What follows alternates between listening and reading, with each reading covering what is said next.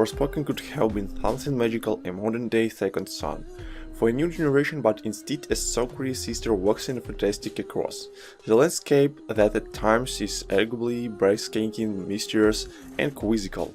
Forspoken is a game so wanting in its compressions. To the contemporaries, this is and it never feels like it knows what it wants to be or what it wants to do, or even in times where it is, thanks to Square for the early review code. Forspoken starts out introducing you to Frey, an urban kid living in a crab hovel in New York City, in trouble with the low smart mouse, running from bad decisions, and with a chip on her shoulder, the exact size of the writer's need to make you feel just enough that you don't skip cutscenes, but you're not going to want to skip this review because there is a lot to cover. Let's dive in. My brand is me, my sponsor is my subscriber. If you like the problems with the game's story starts right from the start. The start of the game has a short bit of narrative explaining he had chips, and then boom, she is in the fantasy world, and it's up to you to uncover the mystery of why she was drawn there and inevitably how to get back home to find her way out of trouble. Frey has to get into something using her constantly donning new companion, a magical amulet she wears on her cuff. That has to be one of the best examples of character in a game talking endlessly but saying absolutely nothing. Nevertheless, with a magical cuff, Frey can cast spells, starting out with earth-based magics, and then learning more she explores, leaves up the spells she knows, and learns entirely new elements by killing the current rules of the worlds known as the Ten Tools. He has teleportation into the fantasy worlds and waved away from the very first moments, and only allude to later on by consistent attempts to use effort in as many different voices as possible, like a YouTube explainer video. Perhaps one of the most interesting words in the English language today is the word it never really captures, the soul of the game itself.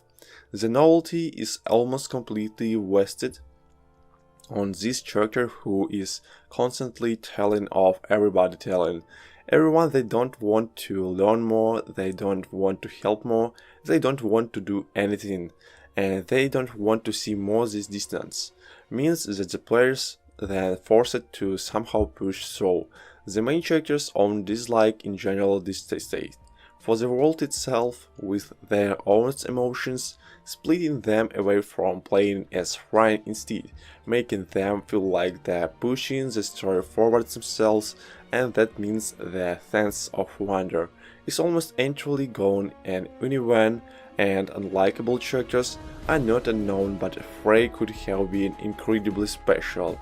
But the crux of modern writing that we see here, the characters' general lack of care that exists far longer than is possible in the story. Even after major world events impact those closer to her, it just becomes toothless. Well, some of this is fleshed out in the last half of the story and in small elements here and there. It's so unconnected and the mystery is just so nullified that it's like caring about a choice you made in 3rd grade that caused you to have to use a 12 set of colored crayons versus is a 16. Nobody's going to care, and this is made even worse by the presentation, so filled with cutscenes, fades to back and minutes of standing in place, where the game refuses to let you move when you are talking to carve that judgment. With it becomes this 10,000 Pavlov test of just how much you can wait to hit the skip button.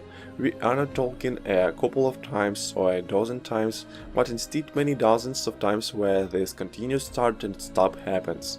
It's unscriptably weak in its delivery. Luckily, not all the presentation is this sporty, where almost all the games in the kind of genre hold sex with the movement in the title until later upgrade, hiding it like some kind of gaming especially on Forspoken, says Screw, it ended almost instantly.